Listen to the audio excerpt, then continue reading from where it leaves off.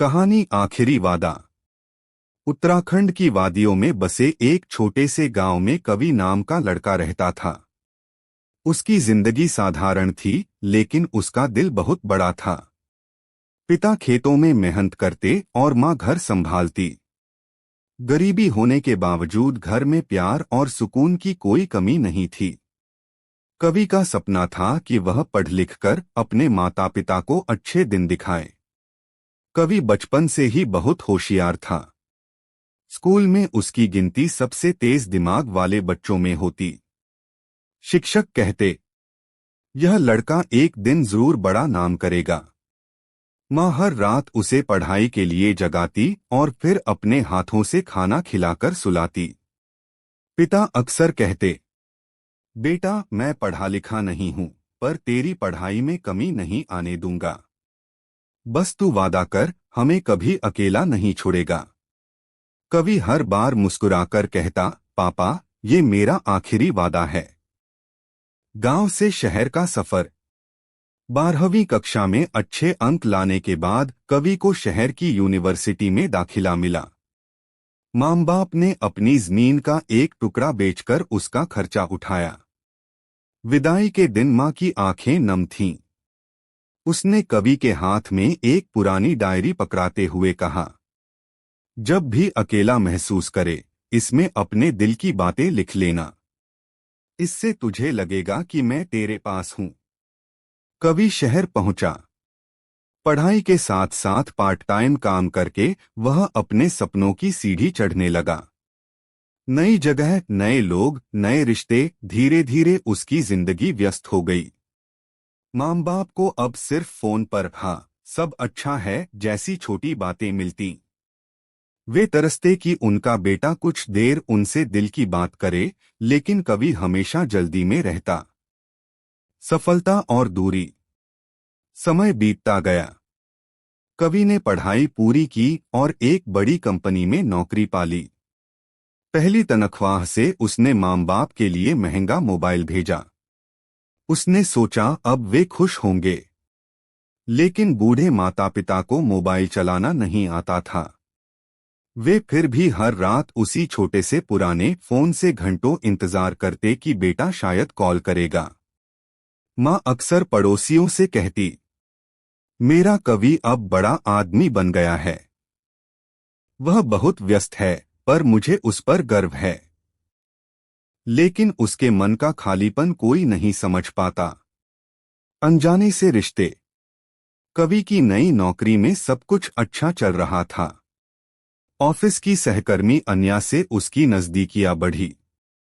दोनों साथ में घूमते, बातें करते, भविष्य की योजनाएं बनाते। माँ बाप को उसने इन बातों के बारे में कभी नहीं बताया। उसके लिए अब जिंदगी में सबसे जरूरी थी नौकरी, करियर और अन्य। एक दिन पिता ने फोन पर कहा, बेटा माँ की तबीयत कुछ दिनों से ठीक नहीं है। तू एक बार आकर देख ले। कवि ने जल्दबाजी में जवाब दिया, पापा अभी काम बहुत है। अगले महीने आ जाऊंगा। वह रात। कुछ हफ्तों बाद कवि ऑफिस से लौटा ही था कि उसे गांव से फोन आया। पड़ोसी रोते हुए बोले, बेटा तेरी माँ अब नहीं रही। यह सुनकर कवि के पैरों तले जमीन खिसक गई। उसने तुरंत फ्लाइट ली और गांव पहुंचा। घर में सन्नाटा था। पिता कमरे के कोने में बैठे थे, चेहरा झुर्रियों से भरा और आंखें सूजी हुई।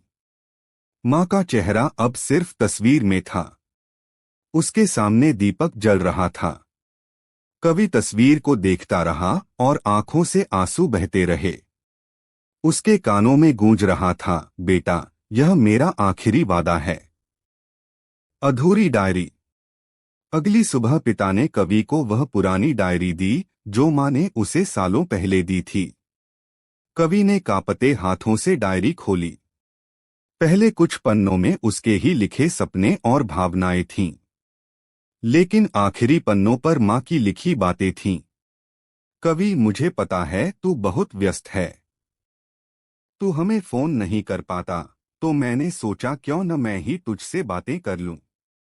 आज पूरे दिन तेरा इंतजार किया, खाना बनाया, पर अकेले खाते हुए बहुत खालीपन लगता है। तू आएगा न बेटा, वादा किया था तूने। हर शब्द कवि के दिल में तीर की तरह चुभ रहा था। उसने महसूस किया कि उसने मां को जिंदगी भर का इंतजार देकर केवल अकेलापन लौटाया। पिता की खामोशी। मां के जाने के बाद पिता और भी चुप हो गए। खेत पर जाते, शाम को थके हारे घर लौटते और अकेले बरामदे में बैठे रहते। कवि कई बार शहर से पैसे भेजता, लेकिन अब समझ चुका था पैसे से वह सुकून और अपनापन नहीं खरीद सकता जिसकी मां बाप को जरूरत थी।